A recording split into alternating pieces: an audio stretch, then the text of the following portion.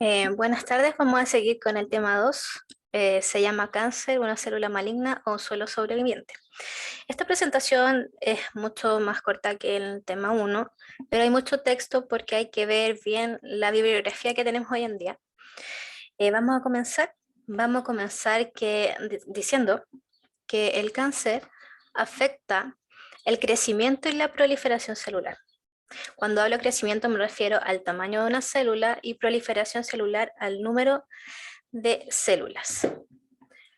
¿Qué altera? Va a alterar lo que es la diferenciación celular.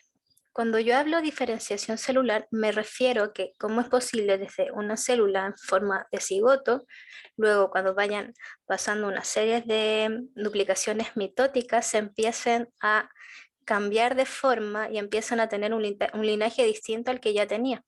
Eso es lo que es la diferenciación celular.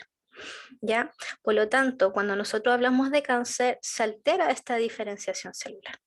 Vamos a analizar también gracias a qué cosa puede ocurrir y cómo se puede prevenir. Y también implica proceso de transformación maligna, ¿ya? Porque ustedes saben que también en nuestro cuerpo se puede formar un cúmulo de células por alguna alteración en nuestro ciclo celular, pero no necesariamente estos tipos de células van a ser malignas. También cuando nosotros hablamos de cáncer, hablamos cuando ya esta célula es maligna, puede estar dañada a nivel genético y que pasó todos los puntos de control de nuestro ciclo celular y se empezó a ramificar, aumentar la cantidad de células y así provocar lo que es la metástasis. Ahora, lo primero es aclarar que el cáncer no es una enfermedad, sino más bien un conjunto de enfermedades. Se produce un crecimiento descontrolado de las células, lo que va a hacer que una célula se multiplique o se muera va a estar determinado por los genes. ¿Qué genes? Tenemos dos genes por excelencia, voy a poner el puntero. Tenemos los protoncogenes y los genes supresores de tumores o tumorales, que todos los tenemos y todos tenemos esto en nuestras células prácticamente. ¿Qué van a hacer los protoncogenes? Codifican proteínas que regulan de manera fisiológica la cascada de eventos para mantener el control de la progresión del ciclo celular y el estado normal de diferenciación. Eso es lo que ocurre normalmente.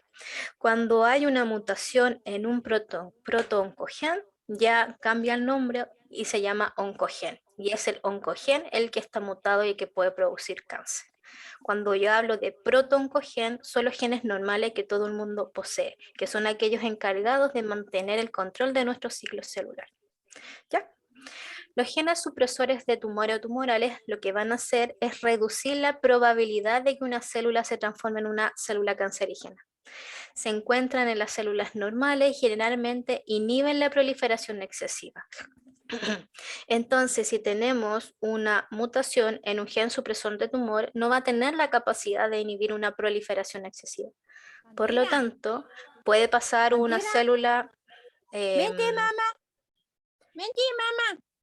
¿Pueden apagar el micrófono, por favor? Puede pasar una célula que tenga dañado su material genético, que el tamaño no sea el correcto, pasar por el ciclo celular, por la fase S del ciclo, se empieza a replicar descontroladamente generándose los tumores. ¿Ya? Pero lo que hay que tener presente es que estos dos genes existen en todas nuestras células y que ayudan a mantener todos nuestros procesos acorde al funcionamiento real al que necesitamos nosotros para mantenernos sanos, por así decirlo. Y cuando uno de estos puede tener una mutación a nivel genética, empieza a haber fallas. Ahora, vamos a hablar primero de los protoncogenes. Primero, estimulan el crecimiento de la célula. Cuando mutan, pasan a llamarse oncogenes y están constantemente activos. Por ejemplo, su mutación es de tipo dominante. ¿Qué quiere decir eso? Que solo necesito que uno de los alelos sufra una mutación para que la proteína que se codifique gane funcionalidad. Por eso, y más encima, cuando uno tiene hijos, esto se puede ir transmitiendo de generación en generación. Entonces, si la mutación de este protoangiogen es a nivel genético, esto se puede ir pasando de generación en generación, sí, obviamente. Pero hay una cosa bien importante, porque uno cuando habla así, como que se sentencia a decir, ah, si mi mamá tuvo cáncer de mama, yo voy a tener, etcétera, etcétera, etcétera. Pero hay una cosa bien importante que es la buena alimentación. Y lo que nos ha estado dando información la doctora Diana durante mucho tiempo. Hay una rama de las ciencias que es la epigenética. La epigenética empezó a nombrarse hace muy poco, no es tan antigua, por así decirlo, y se dio cuenta que en base a diferentes factores externos yo puedo activar o desactivar ciertos genes. No significa que me va a salir un gen nuevo o que se va a eliminar otro. Los genes siempre van a ser los mismos, pero lo que sí uno puede controlar vendría siendo el encendido o el apagado de estos genes. Entonces se cree que una buena alimentación, hábitos saludables, todos los nutrientes que alguna vez han escuchado, me pueden ayudar a dominar de alguna manera o regular que este protoncogen no se mute y se pueda parar. ¿Ya? Suena algo bastante fantasioso a veces, pero en ocasiones ha ocurrido que sí se ha podido lograr por esta rama de la ciencia que es la epigenética. ¿Ya? Ahora, acá vamos a ver un diferente oncogen, me parece que puse entre 3 o 4, que son los nombres que poseen. Vamos a tener que leerlos porque en realidad es mucha la información y lo importante es que tengan todo clarito. El primer oncogen que existe es el CIS, que es el factor de crecimiento derivado de plaquetas. Es un regulador que tiene un papel crítico en los procesos de migración y proliferación de células del mesénquima.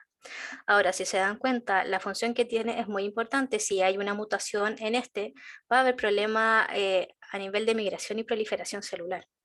También, si es derivado de plaqueta, puede tener problemas sanguíneos también.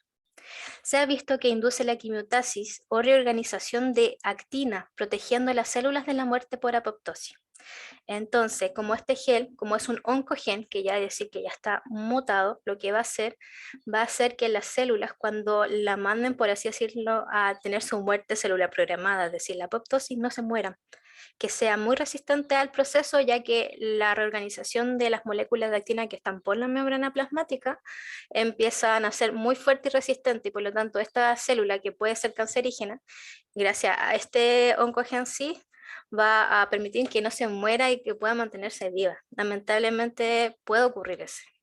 Dice, este factor contribuye al cáncer mediante mecanismos autocrinos y paracrinos a través de los tejidos circundantes. Cuando yo hablo de mediante mecanismos autocrinos y paracrinos, es decir, cuando la sustancia, el elemento se dirige a la propia célula o a una célula vecina. No, no recorre grandes distancias como por ejemplo una comunicación nerviosa o hormonal que puede recorrer sustancias de la cabeza a la punta del dedo, sino son cosas como más localizadas. ¿Ya? Entonces, dice, este factor contribuye al cáncer mediante mecanismo autocrino y paracrino a través de los tejidos circundantes o de otras células presentes en tumores como los macrófagos y células endoteliales, además de estar implicado en angiogénesis y en las interacciones del tumor y el estroma. El problema de este oncogenesis es que, como acá dice que está implicado en la formación de angiogénesis, quiere decir que si yo tengo el tumor, gracias a esta mutación, el oncogenesis va a permitir que a este tumor empiecen a aparecerle vasos sanguíneos nuevos. Entonces, como va a tener vasos sanguíneos nuevos, va a tener mayor vascularidad, tiene mayor capacidad de empezar a invadir nuevos tejidos, por lo tanto va a empezar a ramificarse. Entonces, todas estas interacciones más enzimas también están presentes en ciertos macrófagos, me ayuda a que todo el mecanismo celular empiece a verse alterado, netamente por tener un oncogen cis, que es netamente como una mutación en el factor de crecimiento derivado de plaquetas. Entonces, gracias a este oncogen, tenemos que pueden ser resistentes a la apoptosis, estas células, pueden formarse angiogénesis, nuevos vasos sanguíneos, pueden estar presentes en macrófago y ayuda de una manera que todo el tumor empieza a expandirse. Ese con el primer oncogen que se denomina CIS. El otro oncogen que vamos a ver ahora es el ERB o ERB, como quieran llamarlo. Lo que hace los oncogenes ERB codifican para receptores tirosina quinasa de la familia del factor de crecimiento epidérmico. Cuando yo hablo de receptores tirosina quinasa, son receptores que se encuentran en la membrana plasmática atravesando esta membrana que ayuda a la comunicación celular. ¿Ya? Particularmente los receptores ERB2 y ERB3 están implicados en el desarrollo de cánceres humanos. En un 25 o un 30% de los tumores de mama hay una sobreexpresión y activación constitutiva de este receptor ERB2 y se asocia con procesos de metástasis en ganglios linfáticos correlacionando tanto con mal pronóstico. Lo que pasa que como esta mutación está dentro de estos receptores que son los encargados de recibir información desde el medio exterior e incorporarla al medio interior de la célula, y si está mutado esto va a estar constantemente, por lo tanto la información va a estar llegando, llegando, llegando, llegando. Y el amplio, en este caso la comunicación de estos receptores tirosina quinosa va a estar como sobreexplotado, por así decirlo, y la información va a llegar mucho más rápido, y como es tan rápido, están como sobreexcitados, empiezan a haber errores en esa comunicación también. ¿Ya? Ahora, ERB3 también se expresa en tumores humanos donde hay sobreexpresión de ERB2, como el cáncer de mama, de vejiga y otros. Ahora, ¿qué pasa? Cuando hay una sobreexpresión, como les dije yo, esto empieza a no funcionar normalmente y empieza a haber una sobreproducción de lo que es la comunicación celular adentro de cada una de las células. Entonces, si la comunicación que se está pasando no es la adecuada y es algo ya mutado, y eso empieza a aumentar. Ya, ese es el problema con este ERB. Entonces, si nosotros analizamos como estructuralmente o molecularmente estos receptores de tirosina, el ERB2 y ERB3, tenemos que en el heterodímero ERB2 y ERB3 es donde está en sí la mutación, donde está la función oncogénica. Entonces, este oncogen prácticamente se deriva más que nada en la falla en la comunicación de donde participa este receptor tirosina quinasa. Por lo tanto, la comunicación va a haber una sobreexpresión del mecanismo de comunicación celular. Por lo tanto, ya es algo no normal, no es algo dentro de los parámetros que uno puede decir que tengo una célula sana. Ya, el otro gen o el oncogen que vamos a hablar es el RAS. Entre los oncogenes que codifican proteínas citoplasmáticas que traducen señales mitogénicas encontramos la superfamilia RAS. Son varios, pero se habla en sí de gen RAS como en la familia en su totalidad. Esta superfamilia codifica para un grupo de proteínas monoméricas de bajo peso molecular con actividad GTPasa. Cuando yo hablo que tienen actividad GTPasa, significa que es una proteína que necesita GTP para funcionar. ¿Ya? En humano hay más de 100 miembros dentro de esta familia RAS, pero para poder clasificarlos bien se dividieron en 6 subfamilias, que son la RAS, RO, ARF, RAP y RAN.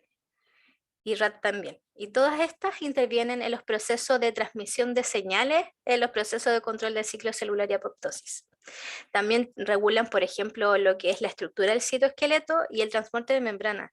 Entonces, si uno de estas superfamilias de los genes RAS está mutado y es transformado en un oncogen, va a haber problema en el ciclo celular, de hecho en el movimiento de cierta sustancia, como nosotros vimos en el módulo 1 del citoesqueleto, y también el movimiento o la formación de ciertas proteínas que tienen que llegar, por ejemplo, a la membrana. Todo eso puede ser dañado frente a un oncogen dentro de la familia RAS. Dice que la proteína RAS unen GTP, que en estado activo normalmente están asociados a las membranas efectores. Normalmente usted tiene que ver mucho con la comunicación asociada a proteína G. No sé si alguna vez lo han visto. Entonces, lo que pasa en términos simples es que como está fallado cualquiera de estos genes o oncogenes del RAS, implican un problema a nivel de comunicación celular. Por lo tanto, si yo tengo que hablar de hidrólisis de GDP a GTP, eso puede ser que no funcione. Y esa sola información va a hacer que mi proteína no se forme correctamente y empiece a generar daño a nivel celular y a nivel de control celular también. ¿Ya?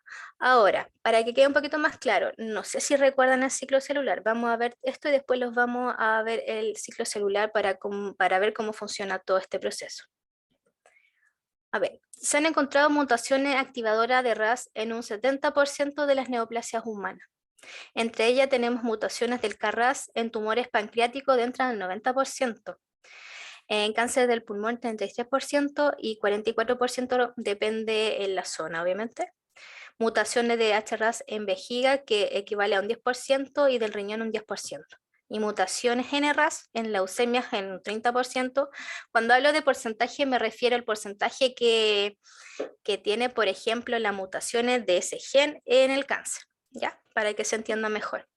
Y el hígado, por ejemplo, un 30% y el melanoma un 13%. Y hay casos de sobreexpresión de cualquiera de estos genes de la familia RAS en diferentes tumores, como por ejemplo la vejiga. Entonces, como es una familia súper grande de genes, lo que se está diciendo que va a depender el grupo donde se esté la mutación o el oncogen que se esté analizando, el tipo de cáncer que va a provocar y el porcentaje de estos mismos. ¿Ya? Ahora, vamos a pasar a nombrar a los genes supresores de tumores y vamos a hacer como un paréntesis para explicar o recordarles en sí lo que era el ciclo celular. Ya, los genes supresores de tumor entonces inhiben el ciclo celular para corregir un error. Entonces, lo normal es que ocurra cuando hay una célula cancerígena que el ciclo o los controles del ciclo celular se den cuenta que está mala y que no puede dividirse, esto automáticamente lo derivan a la etapa G0 para su muerte celular porque no se puede dividir. El problema es que cuando uno de los guardianes de este ciclo celular tenga un problema genético o un error, ahí estamos en graves problemas, porque ¿qué va a pasar? Va a llegar una célula, por ejemplo, que tenga un tamaño más elevado que otra y va a pasar por nuestro ciclo celular y se va a empezar a duplicar, a duplicar, a duplicar sin control alguno. Y ahí ya estamos hablando de un cáncer y con una metástasis completamente generalizada en cualquier parte del cuerpo, y netamente por un gen que está mutado, los cuales puede formar, por ejemplo, la famosa guardián del genoma, que es la famosa P53, que es la encargada de mandar a las células que tienen algún daño a que vayan a hacerse apoptosis. Entonces, si nosotros tenemos dañada de esa P53, estamos en graves problemas porque va a pasar células que están malas y se van a seguir duplicando mediante mitosis. Y eso va a seguir proliferando. Entonces dice, cuando mutan los genes supresores de tumores, no pueden realizar su función, por lo tanto la célula seguirá dividiéndose descontroladamente.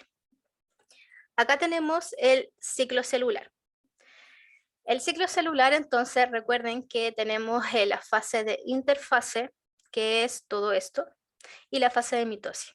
En el ciclo celular, en la fase G1, lo que ocurre acá es el crecimiento celular. ¿Qué quiere decir acá? En esta fase del ciclo celular, todas las células tienen que alcanzar un tamaño ideal. ¿Por qué? Porque de alguna manera se infiere que cuando una célula tenga un tamaño ideal, significa que tiene todos sus elementos internos correctamente. Entonces, el primer punto de control está en esa etapa, es decir, en fase de crecimiento celular.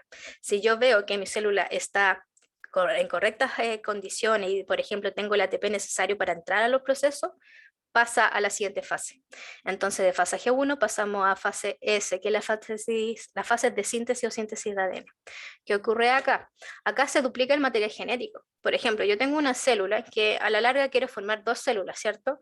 Ya al momento de la mitosis tengo que tener la misma cantidad de información genética en cada una de ellas. Entonces, para hacer eso, previamente tengo que pasar por la fase S o fase de síntesis de ADN, o el otro nombre que tiene es la replicación, en los cuales que yo tengo una hebra molde de ADN, la duplico y tengo exactamente la misma copia. ¿Para qué? Para que luego cuando pase a fase G2, esto se puede preparar para la mitosis, se condensa este material genético para después formar los cromosomas y pasar al ciclo, en este caso a la mitosis. ¿Ya? Ahora, ¿cuál es el problema? Normalmente en el proceso de replicación es un proceso tan específico que a veces hay errores en el apareamiento de ciertas bases nitrogenadas. Ustedes saben, por ejemplo, que adenina se une con timina, citosina con guanina, y eso tiene que ser perfecto. En algunos casos hay algunos errores que son mutaciones puntuales, que en vez, por ejemplo, de poner una timina, puso una citosina, y eso ya me puede generar mutación.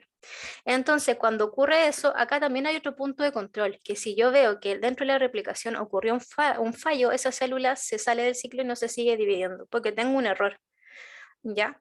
Entonces, ¿cuál es el problema del cáncer? El problema del cáncer es que cuando están mutados los genes que mandan y comandan todo esto, que es totalmente perfecto, empiezan a generarse lo que ocurre normalmente, que el ciclo celular o los controles del ciclo celular no son capaces de determinar que una célula está dañada, ya sea a nivel genético o que tenga dañado algún organelo o que tenga o no tenga el tamaño adecuado, porque todo indica que no está bien correctamente, no está correctamente. Por lo tanto, si no tiene esas características, puede ser que al momento de formarse, por ejemplo, o pasar en mitosis, al momento de dividirse, puede ser que una célula tenga más material genético que el otro por la mutación que no se vio previamente. Y todo esto es lo que es el ciclo celular. Recordar que la mitosis netamente es que de una célula formó dos, que en cada una de las células hijas van a tener la misma información, los mismos elementos. ¿Ya? Esto es ciclo celular. También recordar que también pueden haber errores también cuando hablamos en células sexuales. Cuando hablamos de proceso de gametogénesis, también ocurre lo siguiente, cuando ustedes saben que en la gametogénesis ocurre lo que es la variabilidad genética, que a nosotros como seres humanos nos hacen seres únicos, por así decirlo, por la gran variabilidad genética que tenemos y los cuales nos podemos adaptar mejor a nuestro medio ambiente. Ahora, lamentablemente, en algunos casos nuestro medio ambiente nos está jugando en contra, porque en vez de ayudarnos en nuestros procesos, nos está ayudando a que nuestro material genético, nuestros controles empiezan a descontrolarse.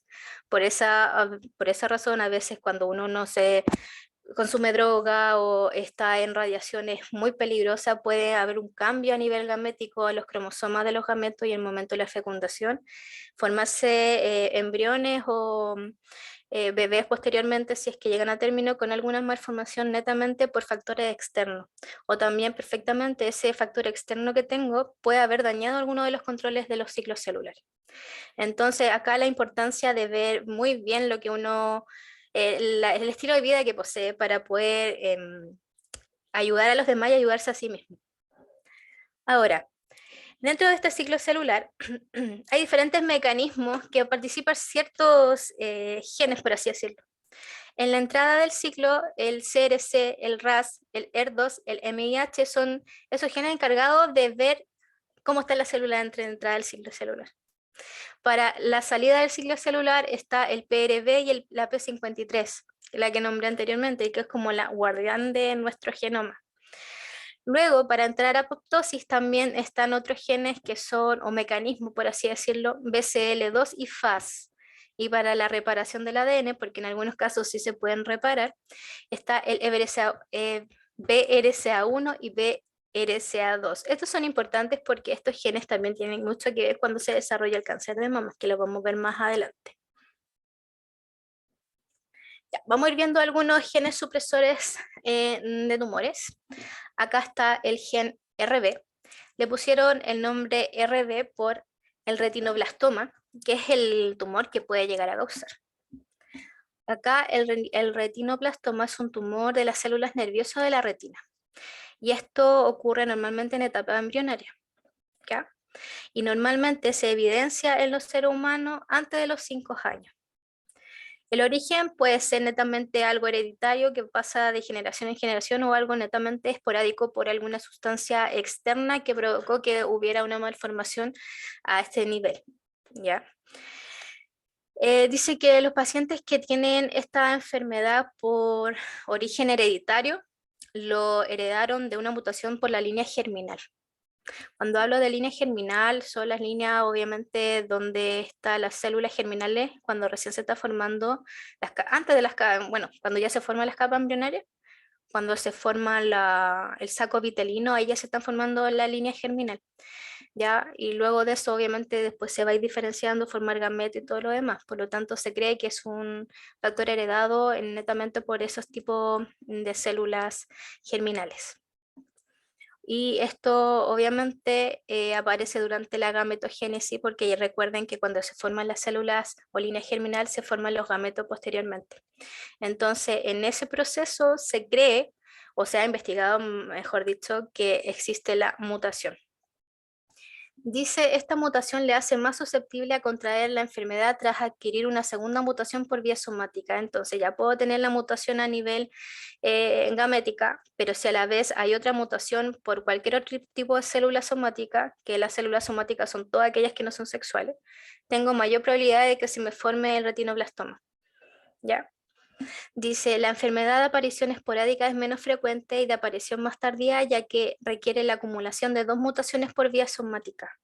El gen que confiere la susceptibilidad contra esta enfermedad fue localizado en la banda Q14. Cuando yo hablo de banda Q14 se refiere si yo tengo un cromosoma, recuerden que son como forma de X, las bandas Q son las que están como abajito. Cada sección del cromosoma tiene bandas y tienen letras. ¿Ya?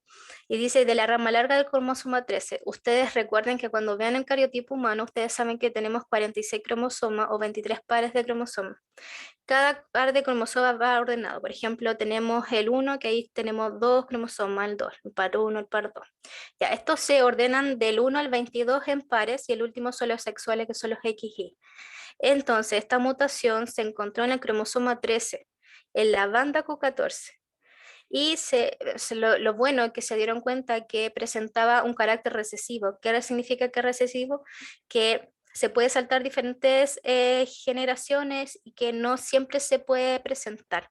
Por lo tanto, al ser recesivo es más esperable de que si tú tienes los medios o la información de cómo poder prevenirlo, se puede hacer. Cuando es dominante, la herencia dominante cuesta mucho de que no se vaya a expresar a nivel genético. Entonces, el producto de esta expresión de este gen es una proteína que es de 105 kilodalton de peso molecular y que se conocen como la sigla de RB11. Entonces, como hay una malformación en esa banda, en el cromosoma 13, lo que se va a hacer es se va a expresar una proteína diferente a la normal. ¿Y eso qué va a causar? Que se forme un retinoblastoma, como en palabras simples. Entonces, ¿qué va a pasar? Cuando tenemos dos opciones, de que la proteína se forme, pero se forme de una manera errada, o la otra opción es que, dicho hecho, no se forme esta proteína. ¿Ya? Entonces va a depender el largo de la mutación, el tipo de herencia que tenga la mutación y cómo se vaya expresando. Entonces, la ausencia total de dicha proteína o la presencia de una proteína mutada sin actividad biológica provoca la aparición del retinoblastoma, pero además está implicada en muchos procesos no retinianos como los tumores microcíticos del pulmón, el carcinoma de mama, la vejiga y la próstata. Entonces lo que va a hacer el RB va a inhibir la proliferación celular. ¿Ya? Entonces si hay problemas en el gen RB, está mutado, esta proliferación celular no va a ser correctamente. Por ejemplo, acá podemos hacer que la proteína no se forme. ¿Y cómo no se formó? Porque el gen RB estaba mutado y no empezó a inhibir la proliferación celular y no se formó. Entonces, en este caso tenemos como un problema contrario. Nosotros necesitábamos que se formara la proteína para que se formara bien la retina. Entonces, como tenemos una mutación en ese gen RB, esto no se formó y puede ser que no haya esta proteína o que esté parcialmente como formada, pero no tiene actividad biológica, por lo tanto no va a tener en sí el funcionamiento normal anatómico de lo que tiene que hacer la retina. ¿Ya? Dice, el mecanismo por el cual ejerce su función consiste en reprimir los genes que se requieren para la síntesis de ADN a través de una interacción con los factores de transcripción. Y la inactivación de RB es necesaria para la proliferación celular. Entonces, al haber algún daño en estos genes o en este proceso pueden haber diferentes tipos de errores. En este caso estamos viendo el ejemplo del gen RB con el retinoblastoma. Acá dice, por ejemplo, que durante la mitosis este gen sufre una desfosforilación y esta forma hipofosforilada inhibe la proliferación celular. Entonces, fíjense bien que acá el error está en la mitosis. Pasó, por ejemplo, la célula por G1, por S, por G2, pero cuando ocurrió la mitosis, ahí hubo un problema. ¿Y qué pasa? Que este gen empieza a este gen se le empiezan a salir fósforos. Entonces eso es tan simple, con salirle fósforo a la estructura, empieza a inhibir la proliferación celular. Entonces, si no hay proliferación celular, ocurre este problema del retinoblastoma. Dice, el fenotipo maligno solo se desarrolla cuando ambos alelos de RB están mutados. ¿Ya? Y acá tenemos, por ejemplo, el ojito que está normal, y acá tenemos el ojito que tiene acá el retinoblastoma, que es toda esa mancha blanca, de los cuales si tengo esa mancha blanca ya no tengo la estructura necesaria, los cuales puedo visualizar bien. Recuerden que la luz ingresa por toda la estructura del ojo, ingresa y llegan directamente a la retina, que es la retina la que lleva la información a nuestro cerebro, se invierte obviamente para visualizar. Entonces, si yo tengo un daño en la retina, esa información del medio exterior no va a llegar nunca a esta retina y esta retina nunca va a llegar la información a nuestro cerebro para poder visualizar una imagen. Ya, entonces, si nosotros vemos en términos genéticos, tenemos un gen RB que tenía la función de hacer proliferación celular y cuando está mutado la inhibe, ya tenemos un daño a nivel ocular, por ejemplo. Y que si esto sigue aumentando y pueden tener un problema no solamente en el ojo, en otros lados, puede generarse cáncer y así sucesivamente. Ahora, el otro es el P53, que es el guardián del genoma, el que la nombré anteriormente. El P53 se considera como el guardián del genoma. Las mutaciones del P53 en cada tipo de cáncer son diferentes, ¿ya? Pueden ser de lesiones totales o parciales o mutaciones puntuales. Cuando yo hablo de lesiones totales me refiero, por ejemplo, que yo tengo una secuencia de ADN de diferentes bases, adenina, timina, citosina, lo que sea, y cuando ocurre una deleción quiere decir que, no sé, puede ser que saque 5 bases nitrogenadas, 5 nucleótidos, se eliminen y se junten. Y ya tener una deleción va a cambiar en sí el producto, que es la proteína. Pueden ser totales, que se rompan completa, o pueden ser pedacitos cortos. O también puede ser mutaciones puntuales en donde se cambia solamente un nucleótido. Supongamos que la secuencia original era ATC y yo le saqué la C y en vez de tener una C tengo una G. Esa mutación puntual también puede ser que cause una malformación a nivel de funcionamiento, por ejemplo, de esta P53. Va a depender en sí entonces del tipo de mutación que tenga el AP53 que estamos analizando. Las formas mutantes de P53 se sobreexpresan en las células tumorales, pero son inactivas. Es decir, hay mayor cantidad de enzima, o como quieran llamarlo, P53, que va a expresarse mucho, pero como se expresa mucho, no funciona. ¿Ya? Y entonces la proteína P53 es un factor de transcripción que controla la expresión de genes cuyos productos median la parada del ciclo celular o inducirlo a apoptosis. Entonces, como la P53 está comandando un factor de transcripción, lo que va a hacer, va a controlar cómo se van expresando ciertos genes. Si yo veo, por ejemplo, que un gen al momento de la transcripción no se expresó bien, ¿a qué me refiero? Por ejemplo, ya, si tengo adenina, tengo que unir timina en el ADN, pero si yo tengo que transcribir, no tiene que ir timina, tiene que ir uracilo. Supongamos que el error está ahí, que en vez de poner un uracilo pongo una timina, ahí activa la P53 y manda obviamente todo a que no sigan pasando el ciclo celular y los mande a apoptosis para su muerte.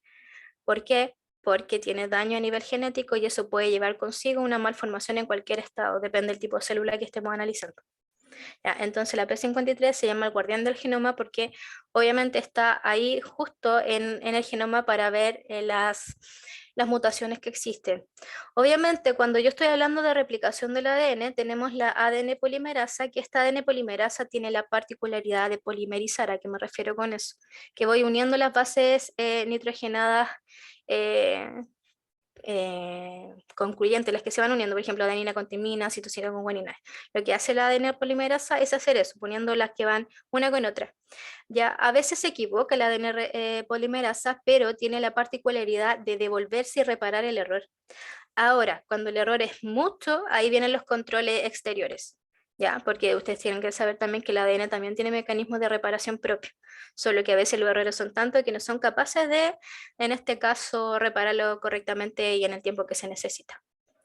¿Ya?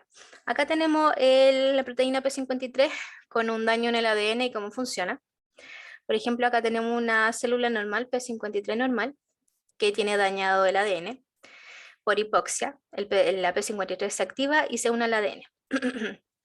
Van a haber diferentes efectos en este proceso, pero por ejemplo, si ve la P53 que el daño es tan mínimo que después de una división celular esto puede seguir normalmente, no va a pasar a apoptosis, va a pasar a una reparación del ADN o a inhibir unas células CDK que son las que participan en la comunicación celular, que son pertenecientes a las ciclinas, ¿ya? Y lo que van a hacer, van a repararla. ¿Cuál es el problema? Cuando el daño, por ejemplo, que tenga la P53 abarque mucho más de su función. Ya, el problema es que no va a funcionar correctamente y no va a tener la capacidad, por así decirlo, de mandarlo al lugar correcto. Ya, y en vez de mandarlo a apoptosis, puede mandarlo a hacer este proceso que está acá.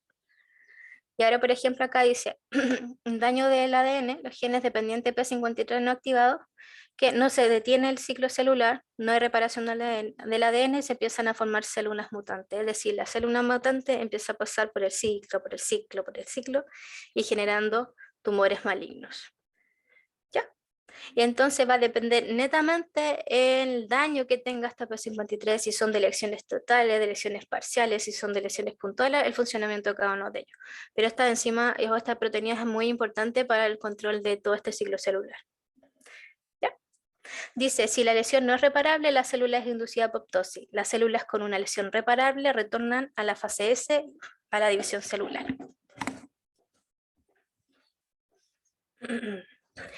Luego tenemos otra proteína que participa, en diferentes procesos, que es una proteína de 312 kilodalton de peso molecular, que forma homodímeros y presenta diversas funciones en proceso de migración y adhesión celular.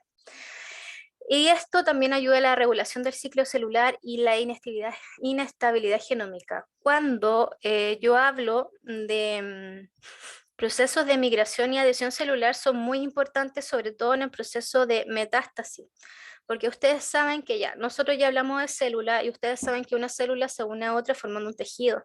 Esta unión celular son súper fuertes, va a depender del tipo de uniones que estemos hablando. Hay uniones adhesivas, hay uniones focales, hemidesmosomas, desmosomas, son importantes para la formación del tejido. Por X motivo, si es que hay alguna mutación en uno de los elementos que forma una adhesión celular, puede ser que este tejido se empiece a abrir. Entonces, ¿qué pasa? Si yo tengo un tumor muy cercano a esta zona, en los cuales tengo una mutación presente en cualquier parte de la migración o adhesión, va a permitir que ese tumor se pueda mover, que pueda pasar por cualquier tipo de tejido, pueda unirse a cualquier vaso sanguíneo y hacer metástasis por cualquier parte del cuerpo. Y netamente puede pasar porque, por ejemplo, acá tenemos que una proteína puede presentar alguna mutación en cualquier etapa de adhesión celular o migración. Entonces, cuando están afectados estos tipos de genes, permiten que las células tumorales puedan moverse con mayor facilidad e invadir zonas que realmente estaban sanas y estaban sin tomar. Y lamentablemente hoy en día cuesta darse cuenta cuando una persona tiene cáncer, porque la mayoría de las veces uno va cuando se siente muy mal al doctor y no va antes. Y lamentablemente a veces pasa que ya hay metástasis por todos lados netamente por esta malformación que no lo vieron a tiempo. ¿Ya? Obviamente igual hay cáncer y cáncer, hay cáncer que pueden ser más tratables que otros y va a depender del grado también. Acá dice que APC, su papel como gen supresor de tumor reside en el hecho de que actúa como un regulador negativo de la vía WNT, ya que controla el nivel intracelular de beta-catenina. El gen está localizado en el cromosoma 5Q y se encuentra mutado en el 85% de los cánceres colorectales humanos, en lo que indica su papel crítico en la carcinogénesis. Entonces, ya se sabe que este gen es donde está localizado, ¿ya? Normalmente en el cromosoma 5 en la parte Q. ¿Ya? Y siempre se encuentra mutado entre un 85% y lo que va a derivar siempre va a ser en un cáncer colorectal. Entonces, ya a nivel genético, ya sé dónde puede ocurrir el cáncer, yo puedo tener un poco más de información y tratar de verlo a tiempo. ¿Ya? No sé si, bueno, después los voy a nombrar. Hubo una actriz tiempo atrás que vio su perfil como genético, obviamente todo se hace con dinero, y vio que tenía muchas probabilidades de una mutación para que le diera cáncer de mama, porque su mamá tuvo cáncer de mama, su abuela, toda hacia arriba. ¿Y qué hizo? Se cortó las glándulas mamarias para no tener el cáncer. Ya, eso mucha gente ya lo está haciendo, pero se ha dado cuenta que al final ya si yo no tengo el órgano que está mutado, obviamente no me voy a desarrollar el cáncer. Pero para eso igual necesito dinero. Ustedes saben que ahora en este mundo sin dinero no se hacen muchas cosas. Pero ya a nivel científico ya hay diferentes eh, mecanismos o tratamientos que se están utilizando. Luego de eso vamos a hablar sobre el tema de la quimioterapia y radioterapia, realmente si son buenas o no, y cuáles son las consecuencias de estas mismas. Porque hay gente, tengo entendido, que está en contra de la quimioterapia o la radioterapia y otras que están a favor, y hay que ver por qué, gracias a qué surgió eso. Acá tengo el BRCA1 y el 2. Dice que aproximadamente el 10% de todos los casos de cáncer de mama tienen un componente familiar. Numerosos estudios han conseguido identificar las bases moleculares de dicho aspecto con la clonación de los genes BRCA1 y 2, y cuya lesión es responsable de más de un 60% de los casos familiares y corresponde a un 5% de todos los casos. Estos genes se caracterizan por tener herencia autosómica dominante, alta penetrancia y baja frecuencia. En términos simples, lo que se refiere acá que esta herencia es a nivel de genes autosómicos, que son no los sexuales, son los otros, y que es dominante, es decir, que si una persona o una madre lo tiene, lo va a transmitir a la herencia a su hijo automáticamente por herencia porque es dominante. Cuando es recesiva se pueden saltar ciertas generaciones, pero la dominancia en sí, cuando es muy alta, cuesta tratarla en sí, porque es algo genético, algo familiar. Ya dice que la mutación en BRCA1 o 2 no están solamente asociados con un aumento del riesgo del cáncer, sino que también incrementa la susceptibilidad a cánceres de ovario, próstata, páncreas y mamas en hombres también. ¿Ya? Ambos, a pesar que tengan el mismo nombre, solamente se diferencia con 1 y 2, tienen secuencias genéticas muy diferentes entre sí. Dice que BRCA1 es una proteína de 1863 residuos con un extremo amino terminal implicado en interacciones proteína-proteína, un dominio C terminal que contiene 95 aminoácidos que se encuentran en proteínas implicadas en la reparación del ADN. Cuando yo hablo de extremo amino terminal o extremo dominio C terminal, cuando yo tengo, por ejemplo, una proteína, siempre va a tener una parte amino y un extremo carboxilo, porque los aminoácidos siempre van a empezar por una parte amino o una carboxilo y se van uniendo uno con otro. Entonces, cuando yo tengo una proteína, voy a tener una parte amino que termina con un aminoácido, o sea, un nitrógeno más que nada, y una parte carboxilo que termina con un carbono. A eso se refiere. No encontré una imagen como que me explicara detalladamente esto para que la pudieran visualizar mejor. Pero lo importante es saber que ya se sabe en sí la estructura de la mutación de estos dos genes y se pueden tratar por lo mismo. Ya, dice que estudio cristalográfico de la estructura de esta proteína muestra que las mutaciones asociadas con tumores en BRCA1 afectarían a la estabilidad o conformación del dominio BRCT o alterarían el dominio de dimeración. En términos simples, para que se entienda un poquito más, que cuando hay daño en estos genes, lo que va a causar es un problema en la estructura de la proteína.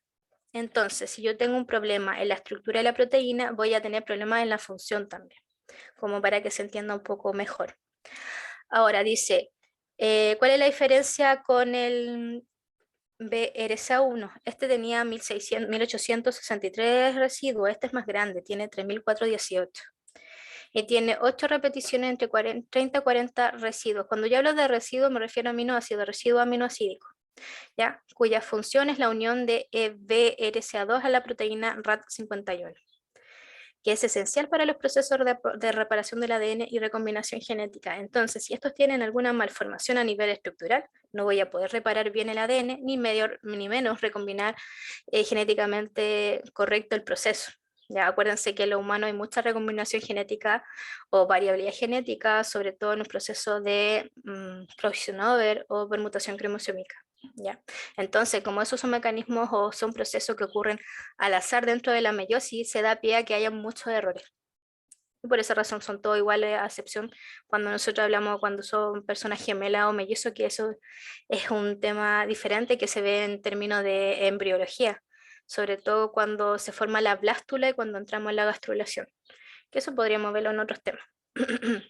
Dice, a pesar de que no presentan ninguna similitud en la secuencia, hay mucha evidencia que demuestra que poseen funciones biológicas comunes, tales como, por ejemplo, el mismo patrón de expresión y la misma localización celular. De hecho, los niveles de expresión de ambas son más elevados durante la fase S. Acuérdense que la fase S es la síntesis, donde se duplica el material genético en el ciclo celular. Entonces, donde se encuentra mayor o en estado más activo es ahí. ¿Ya? Entonces, como tiene su estado más activo en la fase S, es donde tienen la función de reparar el ADN. Entonces, si a nivel estructural estos genes están dañados, no van a tener la capacidad de darse cuenta si al momento de la replicación del ADN hubo una falla o no. Por lo tanto, va a pasar a la etapa G2 y luego a la mitosis y van a formarse o duplicarse células con daños en el material genético. Netamente por si es que existe alguna mutación en estos dos tipos de proteínas. Dice su localización y expresión la comparten con la proteína RAT51, que es una proteína con la que interaccionan físicamente formando complejos. Y acá está lo que les nombré anteriormente, que Angelina Jolie, me parece que se llama, tenía copia mutada de los genes supresores de tumores en ambos, en BRCA1 y BRCA2, y tenía antecedentes familiares que casi todas las mujeres, su familia tenía cáncer de mama, así que optó por la opción de sacarse las mamas, obviamente poniéndose implante después para no desarrollar este mismo. y se dice que el riesgo para cáncer de mama es de 4 a 8 veces mayor en las mujeres que heredan copias mutadas. Acá no solamente tenía una copia que estuviera mutada, sino tenía las dos y tenía muchas probabilidades de tener cáncer. Entonces, si nosotros hablamos a nivel de protoncogénesis y genes supresores de tumores, estos son los que algunos que existen, porque hay muchos, por eso tomé algunos al azar nomás, que es el EGFR, receptor transmembranal de factores de crecimiento, CARRAS, molécula de transducción de señales, CRAF, transducción de señales, CMIC, factores de transcripción, CDK2 y 4 regulan la fase del ciclo celular. Si se dan cuenta, hay otros que no nombré anteriormente que también hacen otras cosas importantes para el funcionamiento celular. Acá, otros genes supresores de tumores tenemos el RB1, que son los guardianes de los puntos de control existentes en el ciclo celular. Acuérdense que en cada etapa, al final de la G1, al final de la S hay otro, así sucesivamente, ¿ya? La P53, que son los guardianes del genoma, CDKN2A, que también son guardianes, el APC, que son cuidadores o de mantenimiento de integridad y reparación, y el BRCA1 y BRCA2, que son cuidadores o de mantenimiento. Si se dan cuenta, acá tenemos diferentes genes supresores de tumores y prontocogenes, que cualquiera de estos esté mutado ya puede generar cáncer. Y son algunos, porque hay mucho más. Y acá, por ejemplo, ¿cuáles son las lesiones genéticas que pueden causar cáncer? Mutaciones, como ya lo hemos nombrado en todo lo que leímos anteriormente.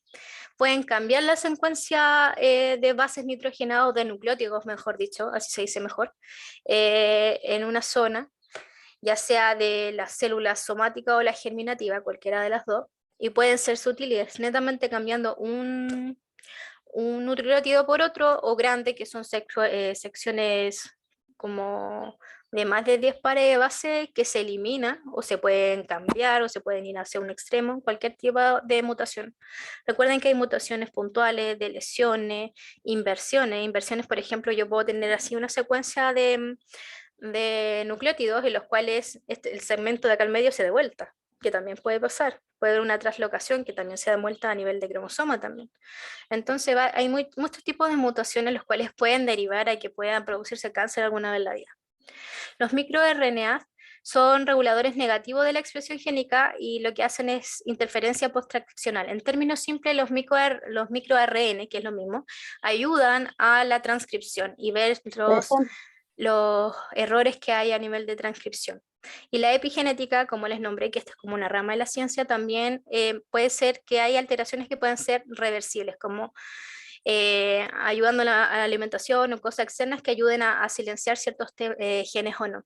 También hay unas que son hereditarias y otras que son sin mutación, que también pueden serse beneficiadas con esta parte de la ciencia, los cuales se puedan mejorar de alguna manera. Entonces, tenemos que una mutación puede ser conductora, que en términos simples dice que confiere a una célula cancerígena una ventaja de crecimiento, que es fundamental para la transformación de neoplasia. Cuando hablo de neoplasia es cuando, por ejemplo, tengo el tumor y esto va aumentando el tamaño y se va a como invadiendo la parte donde está la angiogénesis, donde hay muchos vasos sanguíneos.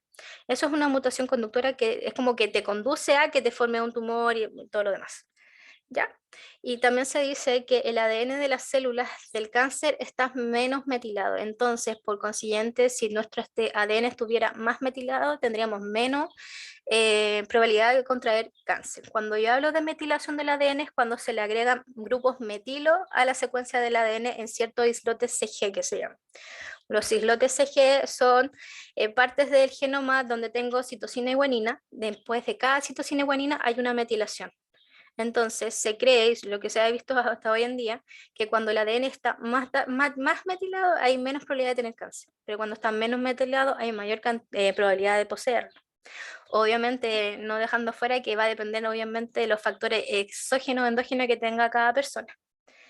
Entonces, por ende, el desarrollo de un cáncer va a depender de nuestra genética y de nuestro entorno o ambiente. A medida que se van dividiendo las células, entonces las células cancerosas van acumulando cada vez más mutaciones. Entonces, ¿por qué se produce una mutación? Por factor exógeno, por ejemplo, la radiación ultravioleta o agentes químicos cancerígenos como el cigarro y el alcohol. por factores endógenos por la replicación del ADN y la predisposición genética. Ya normalmente uno cuando dice, que tengo esto por predisposición genética, y uno automáticamente se sentencia con eso, pero tiene que ver que hay también va mucho de acuerdo a lo que es el estilo de vida que posea cada una de las personas que te ayudan o no para desarrollar bien la enfermedad o no. Ya, pero por ejemplo, hay cosas que uno puede evitar que son agentes químicos innecesarios, los cancerígenos que hemos estado hablando anteriormente, evitar el cigarro, el alcohol, y usted sabe las cosas que te pueden producir cáncer, porque si uno empieza a sumar con todo lo que uno que consume, la cantidad de cancerígeno que estamos incorporando a nuestro cuerpo está haciendo mucho. Por esa razón, a nivel mundial, no solamente en algunos países, está aumentando mucho las tasas de muerte por cáncer. Y eso va netamente asociado al tipo de alimentación que se posee. Entonces, no basta solamente pues, con tomar un producto y ver cuánta azúcar tiene, sino ver los cancerígenos que poseen. De hecho, por ejemplo, nosotros estamos acá en Chile, pero en Europa, cuando fuimos con mi familia a Europa, vimos que habían alimentos que acá sí estaban, que no habían allá alimentos y acá sí estaban. Y llegando acá a Chile nos dimos cuenta que eran alimentos que tenían muchos cancerígenos y de hecho te lo marcan en negrito y allá en Europa ya no estaban. Entonces es un tema de conciencia y si uno sabe poder aplicarlo y empezar a darle información. Entonces no basta solamente ver si algo tiene azúcar o no, si es alto en sodio o no, sino también la cantidad de cancerígenos que poseen. Porque si ya sabemos que tenemos genes que sean susceptibles a diferentes factores para envolverse cancerígeno, puede provocar un daño a nivel del cuerpo muy grande. Y netamente se puede evitar teniendo una buena alimentación. ¿Ya? Entonces, ¿cómo vamos a contribuir al desarrollo del cáncer? Según la edad, se cree que hay mayor acumulaciones de mutaciones somáticas a medida que una persona va envejeciendo y hay una disminución también del sistema inmune. Entonces, la mezcla de estas dos cosas, es decir, que nuestro sistema inmune baje y a la vez aumente las mutaciones somáticas, puede provocar que se me desarrolle cáncer. Y la edad es uno de los factores también que ayuda al desarrollo de los cánceres. El ambiente, como lo dije anteriormente, por ejemplo, infecciones, fumar, el alcohol, las dietas, la historia reproductiva de cada persona, carcinógeno, todo esto puede influir también en un desarrollo de cáncer. Cuando ya hablo de infecciones, pongo por ejemplo las infecciones del virus del papiloma humano. Ustedes saben que es un virus que el cual, en este caso, es mediante la transmisión sexual, el hombre puede transmitirlo, pero a él no se le desarrolla la enfermedad, sí o sí a la mujer, provocándose cáncer uterino y netamente por una infección en los cuales se puede, eso sí se puede, por ejemplo, controlar. Pero hay cosas que realmente es a nivel genético, que viene de generación en generación, son cosas un poco más complicadas que ahí podemos ayudar con un estilo de vida saludable, pero en realidad va a depender de cuánto el daño del gen que esté mutado en comparación a lo que se pueda hacer, ¿ya? Y también tenemos otros factores adquiridos que serían lesiones precursoras, inflamación crónica o inmunodeficiencias que por consiguiente las personas, por ejemplo, con inmunodeficiencia están más susceptibles a cualquier tipo de enfermedad. Entonces, si el sistema inmune no funciona correctamente, obviamente puede adquirir cualquier cosa o enfermedad o desarrollo del cáncer. Esos son como factores que pueden ayudar o contribuir al desarrollo de cáncer. Acá tenemos el desarrollo del cáncer. Tenemos una célula normal que por X motivos tiene una mutación, porque ahí dice iniciación de la mutación. Luego empezamos a ver que a medida que pasan los procesos celulares empiezan a adquirir inestabilidad genómica. Hay como que de alguna manera la maquinaria celular se da cuenta, por así decirlo, de que esta célula está teniendo como algún problema a nivel de genoma. Luego empiezan a adquirir ciertas características fenotípicas de una célula cancerígena. Cuando yo hablo de características fenotípicas me refiero a lo que se puede observar. Ya, por ejemplo, no sé, pues si nosotros hablamos de fenotipo en nosotros como ser humano, ya puede ser que mis genes me indican que yo tengo el color de pelo castaño claro y mal en el ambiente por toda la edad y todos los problemas se me oscureció el pelo, el fenotipo es lo que se observa. A nivel celular es lo mismo, ¿ya? Es lo que se observa en base a los genes que yo poseo, ¿ya? Que van relacionados obviamente con una mutación frente al ambiente. Cuando ya hablo de ambiente, puede ser el ambiente de la propia célula, un ambiente rodeando el tejido, ¿ya? Que eso ya es más como micro. Luego de eso, como ya tenemos como una célula que puede tener ya problemas porque se visualiza eso, empiezan a adquirir otros tipos de mutaciones y se forma así una célula cancerígena. Entonces, a medida que se forma la célula cancerígena, si esta célula cancerígena pasa por un ciclo celular en los cuales los medios de control no son capaces de ver que está dañada, empiezan a formarse los tumores y empiezan a evolucionar y así de esta manera se empieza a desarrollar el cáncer. Lamentablemente, como hemos hablado, normalmente la gente se da cuenta que tiene cáncer cuando ya tiene ciertos síntomas y esto ya está acá más o menos un poquito más adelante. Es muy difícil encontrar que nos encontremos en esta etapa ahora para poder prevenirlo. Por esa razón le puse esa imagen de esa actriz porque en realidad ella supo su historial clínico, vio a nivel genético si tenía los EBRCA1 y 2 mutados y se dio cuenta que sí, prefirió hacerlo antes que se desarrollara. Ya que es igual es súper invasivo hacerlo, pero se entiende su modo de pensar. Acá tenemos la carcinogénesis. Esto, por ejemplo, para la formación de un tumor se necesita varios eventos. Primero, que los oncogenes, genes supresores tumorales y genes relacionados con el control del ciclo y la diferenciación celular empiezan a fallar. ¿Ya? Acá van a participar diferentes vías de señalización. Acuérdense que las vías de señalización es como la información que llega a cada una de las células y cómo esta célula se comunica con otra. ¿Ya? También hay proceso de evasión a la respuesta inmunológica, porque puede ser que el sistema inmune tiene la capacidad de determinar cuando algo no anda en nuestro cuerpo no, o algo está malo y lo destruye. Pero cuando se empieza a formar los tumores o la carcinogénesis, estas células cancerígenas tienen la habilidad, hacerlo, por así decirlo, que evita la respuesta inmunológica. Evitan también, por ejemplo, la apoptosis, la angiogénesis, la estimulan. ¿Ya? Por ejemplo, mientras más angiogénesis tenga, mientras más vasos sanguíneos está asociado a este tumor, para ellos es mejor porque se pueden ir moviendo por tejido. ¿Ya? Dice, las alteraciones genéticas involucradas en el proceso de malignización se van acumulando para finalmente transformar una célula y dar origen a un tumor. Mutaciones múltiples de naturaleza clonal tienen lugar en diferentes estadios histológicos y se van correlacionando con la evolución. Y por ejemplo, acá tenemos un típico ejemplo de cáncer colorectal. Y acá tenemos el cáncer colorectal. Tenemos que en este tipo de cáncer tenemos APC, que es el gen supresor tumoral que tiene que ver con el desarrollo de este cáncer, como está acá. Dice que beta-catenina participa en la formación de uniones adherentes de epitelios de mamíferos. ¿Ya? La pérdida de la heterocigosidad puede definirse como el fenómeno por el cual un locus, que el locus es la posición de un gen en un mismo cromosoma, pierde una de las copias de un gen por lesión u otro mecanismo. Fíjense bien, esto es como la mucosa normal. Tenemos las microvellosidades, tenemos la submucosa y las mucosas o lámina propia acá abajo. Y acá tenemos ya que hay algo anormal y empieza a haber, por ejemplo, entre las microvellosidades, unas células que no están del todo bien, por así decirlo. Y si lo analizamos, tenemos, por ejemplo, un protoncogen Carras que está mutado. ¿Ya? Entonces, ¿qué va a pasar?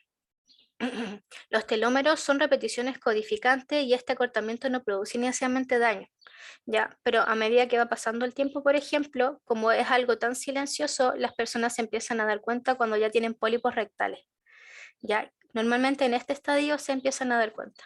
Entonces, tenemos, por ejemplo, que acá tenemos la submucosa normal, acá tenemos la mucosa que está como en transición, y acá tenemos las células que están, o los genes que APC que están mutados, y estos van a generar que se empiezan a formar anormalidades a nivel de mucosa o submucosa. Si se dan cuenta, empieza a formarse adenoma, que es la proliferación de células que no deberían existir ya porque lo más probable es que hayan pasado el ciclo celular y nadie los detectó que estaban mutados. Por esa razón empezaron a formarse mayor cantidad de células y empezaron a formar estas estructuras. ¿Ya? Entonces la P53 no hizo su función, por así decirlo, y se siguió creciendo. Y ya a esta altura ya la gente puede visualizar que tiene pólipo y luego si es muy tardío ya tenemos prácticamente el carcinoma que ya está atravesando toda la estructura, atraviesa la mucosa, la submucosa, la muscular la muscularis y también la lámina propia, puede llegar a, por ejemplo, al torrente sanguíneo y después correrse o migrar a cualquier parte del cuerpo. Y normalmente cuando los cánceres colorectales se ven muy tardíamente, siempre hay metástasis asociadas, por ejemplo, al hígado, al riñón o cualquier órgano, porque como llegan a la sangre empiezan a viajar. Acuérdense también que va muy relacionado por el tema de la adhesión celular, de que esta adherencia se pierde, que son resistentes a la apoptosis y todos los mecanismos celulares empiezan a fallar. Y acá, por ejemplo, tenemos la evolución de un cáncer del cuello del útero mediado por el virus del papiloma humano, en lo cual acá tenemos un cervix, por así decirlo, un tejido normal, y acá empieza a ver o empieza a visualizarse el estadio del virus, empieza a aparecerse y empieza a destruir las células. Y acá a medida que va aumentando el tiempo, empieza a infectar el virus. Acuérdense que los virus no tienen metabolismo propio, que lo que hacen el virus es infectar cualquier célula huésped. En este caso empiezan a infectar las células huésped del cuello del útero. Entonces ocupan estas células para empezar a dividirse, a dividirse. Ya en este estadio empieza a aumentar la cantidad de virus del papiloma humano en la zona, y normalmente ya cuando tenemos acá un carcinoma ya no hay mucho que hacer. Generalmente sacan el cuello del útero, pero lo importante es detectarlo a tiempo para que no haya metástasis en otros lados. Ya, así que, por ejemplo, este cáncer netamente es por un virus que se puede evitar, obviamente. Lamentablemente, cuesta hoy en día estar preguntándole a cada persona cómo es la vida sexual que ha tenido, pero si es eso, puede ser la probabilidad de contraer este tipo de cáncer. Acá, por ejemplo, tengo lo que es la metástasis. Tengo, por ejemplo, un tumor, tengo una invasión local. Fíjense bien, acá está el tumor, está como encapsulado, y acá empieza a verse diferente angiogénesis, empieza a aumentar como vasos sanguíneos por su alrededor y empieza a invadirlo localmente.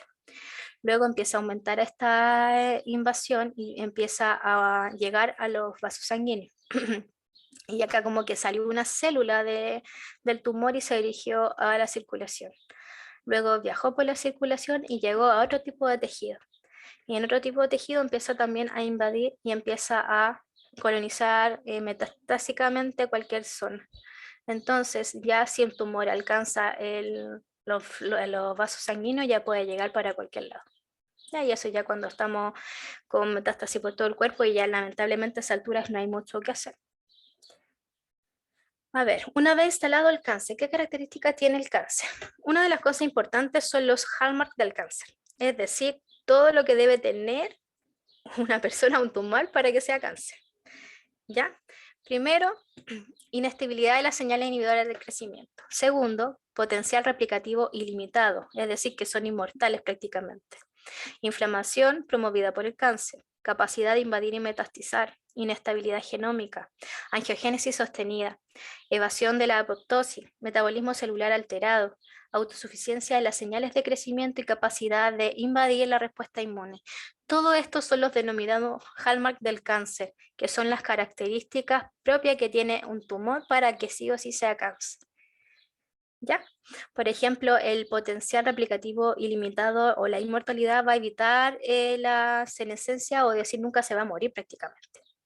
La capacidad de invadir y metastasar es como lo que causa la gran mayoría de muertes por cáncer, que en sí cuando hay metástasis en todas las partes del cuerpo, ya eso ya es como que prácticamente la persona no tiene mucha esperanza de vida.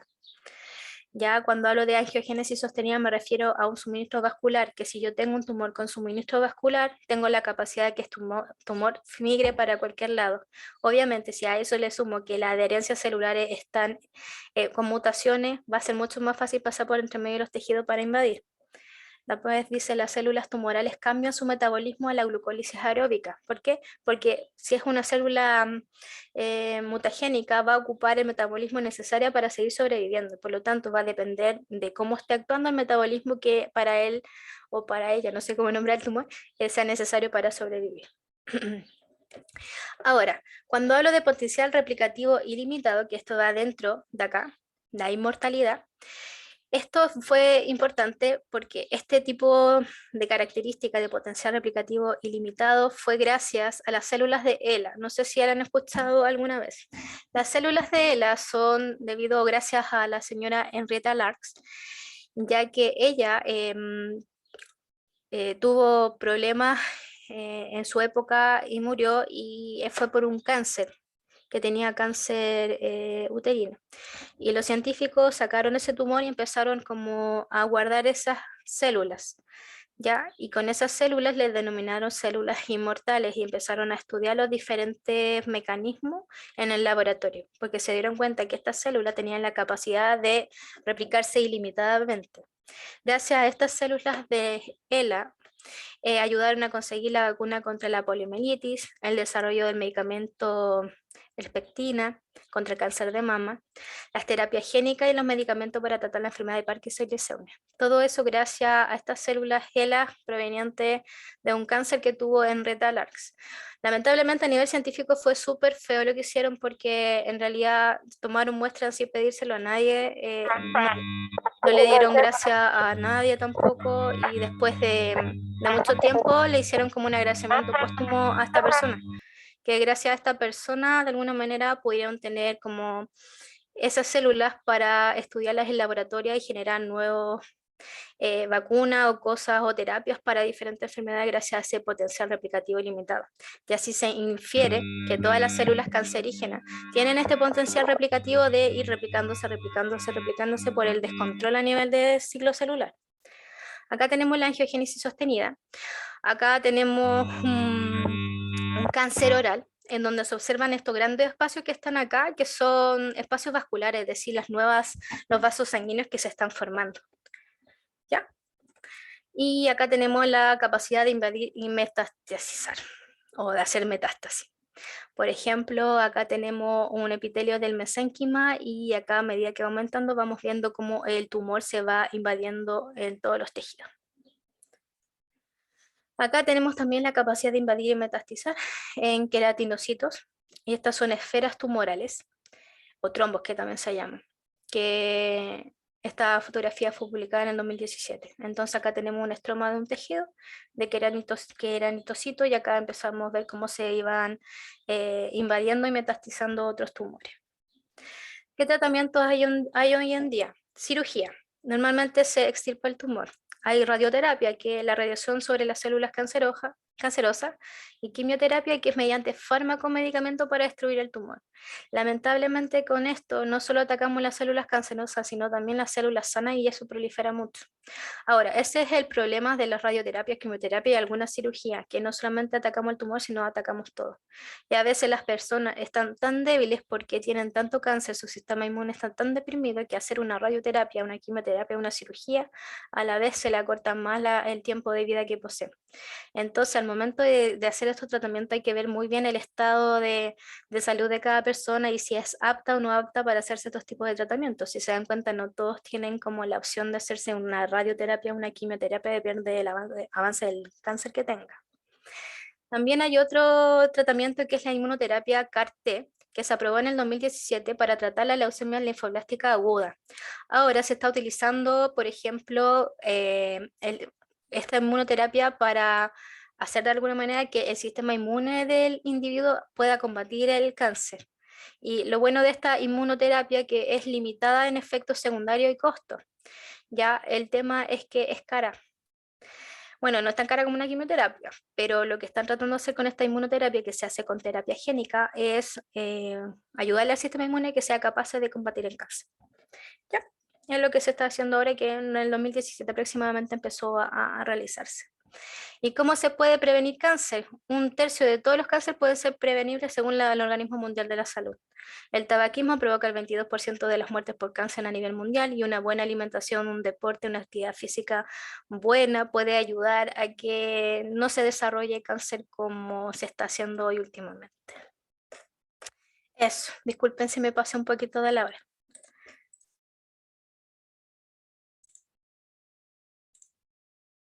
Bueno, yo creo que en la mente de cada una de las personas que está escuchado se ve la desesperanza de lo tradicional. Y a partir de todo lo que te escuché, me alegra mucho ser terapeuta de nutrición ortomolecular, porque en cada una de las etapas que hablaste me doy cuenta que la implicancia de la medicina ortomolecular son impresionantes. O sea que a Impresionante. través de la epigenética podamos agregar etiquetas y podamos metilar ese ADN y no se exprese ese gen, al final Muy lo haces importante. todo, lo haces todo. Yo he visto de forma impresionante cómo no es necesario una inmunoterapia porque el salvado de arroz modificado, la vitamina D3 y un montón de nutrientes más tienen la capacidad de aumentar las natural killers, que son un tipo de linfocito que detectan células cancerígenas y la eliminan. La capacidad que tiene la lisina con la C de inhibir la metástasis, la capacidad que tienen todos los nutrientes de atacar las diversas vías por las cuales tú mencionaste la fisiopatología del cáncer, como los nutrientes que son de gran capacidad antiinflamatoria, como los omega 3, los probióticos que analizamos en el Congreso, como el Lactobacillus casei, que son potentes para el cáncer. Cada uno de los nutrientes tiene su rol en la lucha contra el cáncer. Y es Exacto. importante el aprender de qué manera actúan en las diversas etapas del desarrollo del cáncer, que como vimos, es una enfermedad súper compleja. Pero no podemos decir es genético y ya. Si tenemos antecedentes genéticos de cáncer, no es necesario sacar el órgano y sí tomar D3 toda la vida, porque esa misma D3 va a frenar que ese gen no se exprese y poder, en el fondo, evitar que nunca se exprese el gen que viene dañado. Así de sencillo, así de impresionante. Así que me deja una sensación de mucha esperanza el conocer una medicina altamente eficaz para poder combatir la enfermedad más terrible que tenemos en nuestra época, que el cáncer ya no es signo de muerte, y este conocimiento salva vidas. Exacto.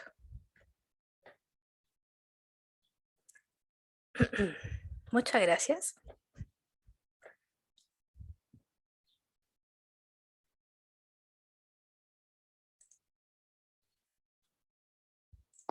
Bueno, como no hay más preguntas ni comentarios, damos por finalizado este tercer congreso de CONACH. Muchas gracias por haber participado y ser parte, gracias a la profesora Liliana, que tiene una expertise muy increíble en cuanto a los temas de biología. Le agradezco mucho su lenguaje técnico y científico, que le da mucho más peso a todo este programa de congresos, que el único objetivo que tiene es entregar más herramientas para poder seguir ayudando a la gente. Ahí, Frank, si alguien más tiene palabras finales.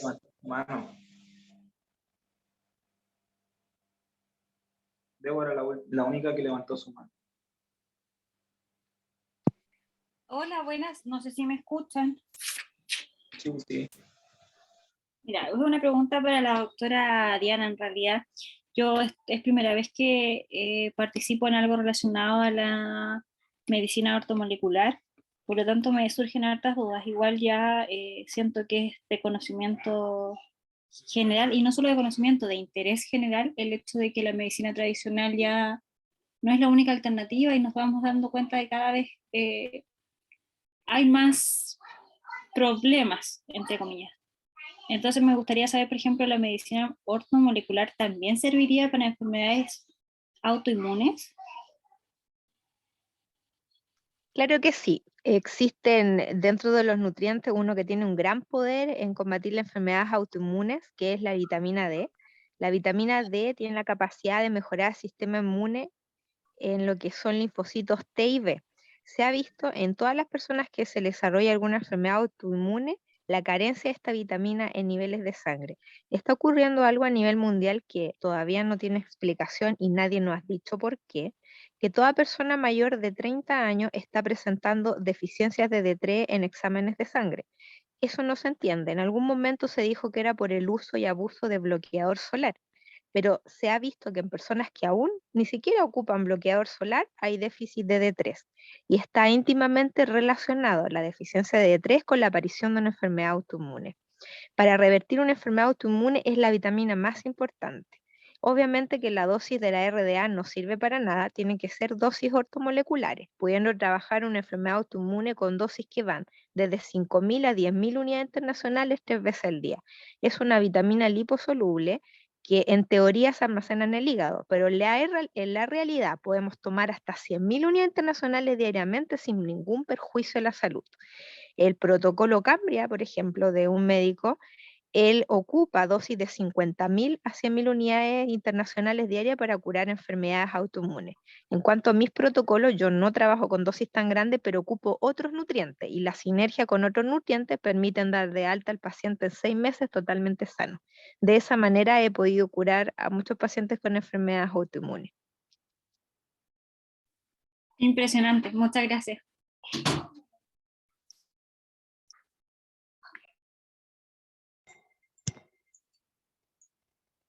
Anita, y sería la última.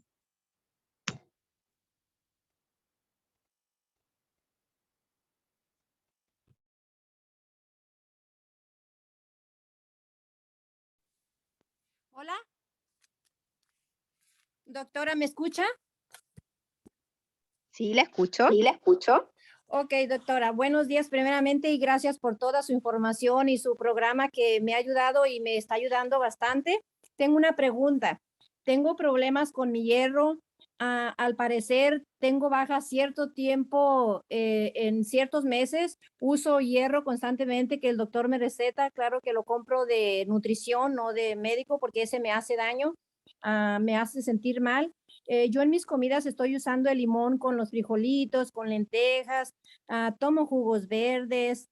La verdad, parece que dijo que era algo así en una formación que era el cuerpo lo formaba y yo parece que le he escuchado a usted que ha hablado un poco de eso en algún tema que usted da, pero ahorita no, me gustaría saber si usted me puede recomendar qué puede ayudar a reparar esa formación de hierro en mi cuerpo.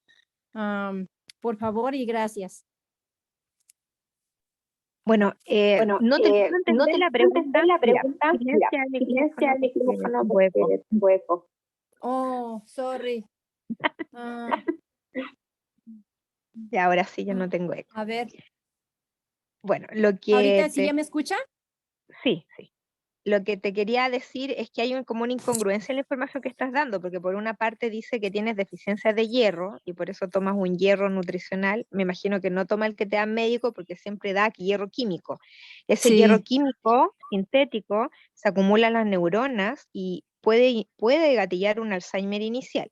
Existe el ácido alfa lipoico que saca ese hierro del cerebro porque traspasa la barrera hematoencefálica para poder eliminar ese hierro tóxico, que es el hierro químico, que es muy perjudicial para la salud. Pero lo que no entiendo, ¿por qué me preguntas por un lado cómo salir de la anemia, que me imagino que tienes anemia por falta de hierro, y por otro lado me preguntas cómo sacar el hierro del cuerpo? ¿Qué será que tienen los dos problemas? No entiendo tu pregunta.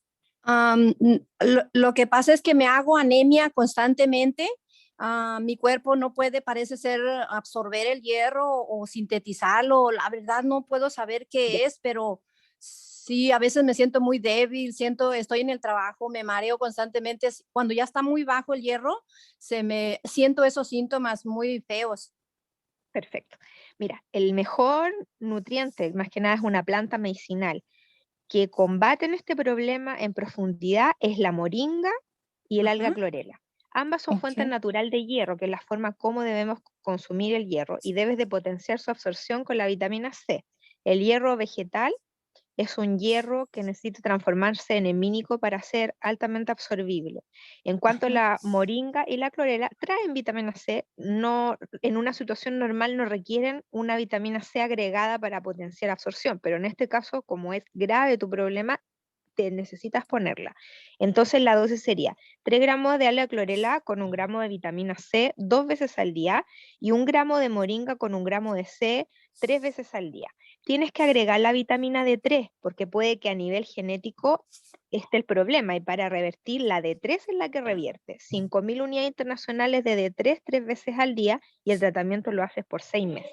De esa manera vas a poder trabajar de forma profunda, mejorar tus niveles de ferritina y mejorar tus niveles de fierro de una manera totalmente completa y no estar dependiendo del suplemento de hierro toda la vida, si esto en algún momento se tiene que acabar y para eso tienes que actuar en profundidad, porque lo más probable es que tengas algún marcador genético que te ocasiona o la destrucción de glóbulos rojos o la disminución en la síntesis de una proteína específica que te lleva a la enfermedad.